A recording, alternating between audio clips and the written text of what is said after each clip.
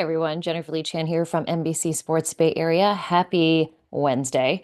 The Pro Bowl rosters have been announced, and I did finally get my credentials and information. It's been an interesting week with the NFL. Obviously, they're getting ready for the Super Bowl. Pro Bowl is coming up. The skills competition is tomorrow, which is Thursday. I have been emailing back and forth.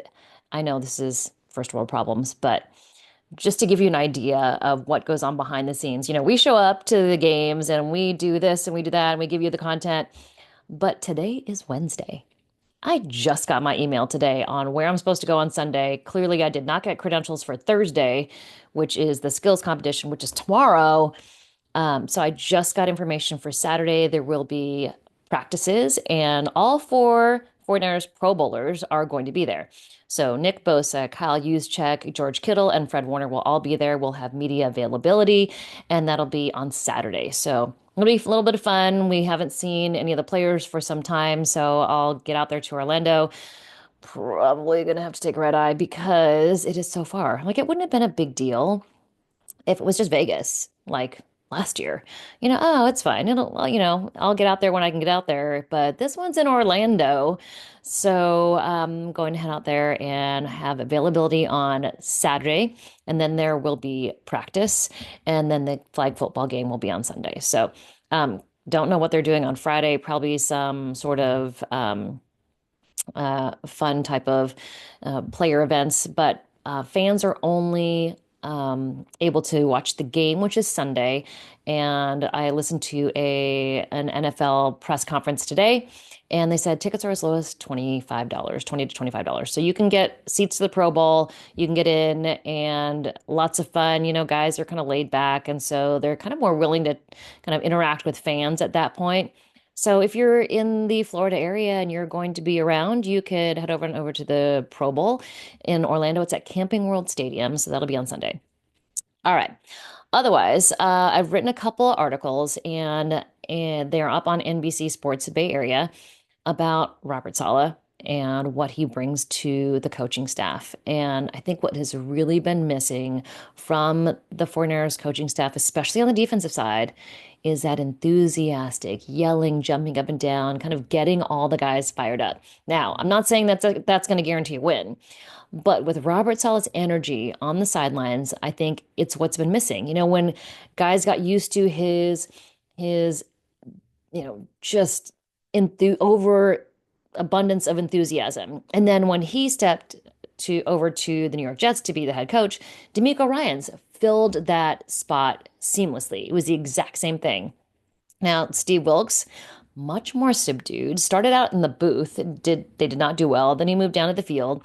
But, obviously, I'm not saying that he or Nick Sorensen lack passion, because I'm sure they do in their own way. But outwardly, they seem much more calm. They seem much more subdued. They're not guys who go up to them, when Nick Bosa makes a sack and he's coming off the field, Robert Saleh and DeMeco Ryans are like jumping up and down and like, giving him either high five or a pat on the helmet or on the back or, whatever it is, a chest bump. I mean, that's what Fred Warner and Dre Greenlaw did with DeMeco Ryans. They were so close to him because he was the linebackers coach for so long. So I really do think that Robert Saleh coming back is going to change the dynamic of the defense. I thought it was lackluster. I remember having conversations with players, even back after the NFC Championship game. There was a lack of effort in the first half versus the Lions, which is, they had to pull it together and they came out with a win and ended up going to the Super Bowl in Las Vegas last year. But really, that first half was pretty dismal for the 49ers defense. They couldn't stop them. They just didn't have the energy. They didn't have the fire. And that was with Steve Wilkes at the helm. He was let go. Nick Sorensen came in. Not a bad guy again, either of them. I think they're both good coaches, but they're not what this group needs. And, they may be super successful with other groups that maybe like a more subdued, calm type of coaching demeanor. But I think when guys are used to the jumping up and down and the enthusiasm and the yelling and the, everything that you see with Robert Saleh on the field, D'Amico Ryan's on the field, and they were both like that as head coaches. Kyle Shanahan is not like that. So I would think someone on the coaching staff has to be like that. Now, Chris Kasarik is, but he's the defensive line coach. Yes, he does have relationships with all the players on the defense across the board, but one of the top coaches on the staff has to be that guy who's, jumping up and down and kind of a little bit crazy. Kyle Shanahan is more subdued. He's thinking, he's planning, he's, strategizing what's going to happen next. So it's not going to be Kyle Shanahan who's, yelling on the sidelines, giving huge, yes, he does go and congratulate guys when they come off the field, but it's much more calm. I mean, you'll see little clips of it on the field where he's on the broadcast where he's, he's happy, he's good, he's like, yes, or, it's just a different dynamic. But to lose that energy that D'Amico Ryans and Robert Saleh give, I think was a big loss for the 49ers defense. And, they lost other things as well. Javon Hargrave, Eric Armstead, those guys in the center of the defensive line really affected the ability to stop the run. So I think going forward, I think it's not going to cure everything, but I think you're going to see more enthusiasm from the players. I mean, Matt Mayoko, my colleague, talked about it at training camp. He's like, I just don't see the fire. I just don't see it's either Super Bowl hangover. Maybe part of that was the issue. Maybe part of it was Nick Sorensen's personality, the lack of energy. Because normally, even in OTAs, there's some chippiness. Usually, Fred Warner's bringing it.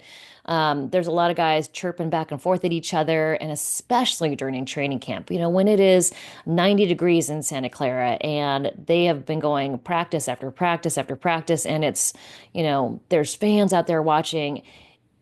There can be, a few little scuffles or some pushing and shoving a lot of times. It was really more mellow and subtle, and not that they weren't putting out effort during training camp, but it just was different. So I took it as more a kind of a serious approach to it, but I think it's a reflection of who their defensive coordinator is. And it really kind of has been the last 2 years. I think with Steve Wilkes, they generated that energy themselves. After D'Amico Ryan's left, I think there was still that, I guess, emotion from when he was back with the defense as a defensive coordinator, and it didn't really completely wear off. But by the time Nick Sorensen took the job, I feel like that energy, and it goes both ways. D'Amico Ryans and Robert Saleh give that energy, but they're also getting it from their players. So it's kind of this, a good catch 22. It's this infinite like thing that keeps going, and they just didn't have it last year. I mean, you saw the issues with missing tackles at the beginning of this season. Now Fred Warner started out the season unbelievably effective. I mean, the first 4 weeks, you're like, he's going to be a Hall of Famer. I mean, he is still, but like he was having a Hall of Fame season. Fred Warner was going to be like, could have been Defensive Player of the Year the way he was playing the first 4 weeks. And then he had the high ankle sprain, or the fracture in his ankle, which really affected how he played. Now, he did start playing better as it kind of healed as the season went along, but it really did have an effect. So while Fred Warner was struggling through that injury, he's normally the fire. I just don't think he could do it all. He needed someone else to give that energy as well. And I think that's what they're going to get with Robert Saleh. So that's the update for today. It is Wednesday. I also wrote a story about the free agents, the 5 free agents that the 49ers do need to keep. So check that out on NBC Sports Bay Area. Thanks for tuning in. If you have any questions you'd like me to pose or think about towards to Fred Warner, Kyle Juszczyk, George Kittle, Nick Bosa, please let me know because I'll be chatting with them on Saturday and Sunday. All right. Hope all is well. I'll give you another update tomorrow if we have any news, and even if we don't. Bye.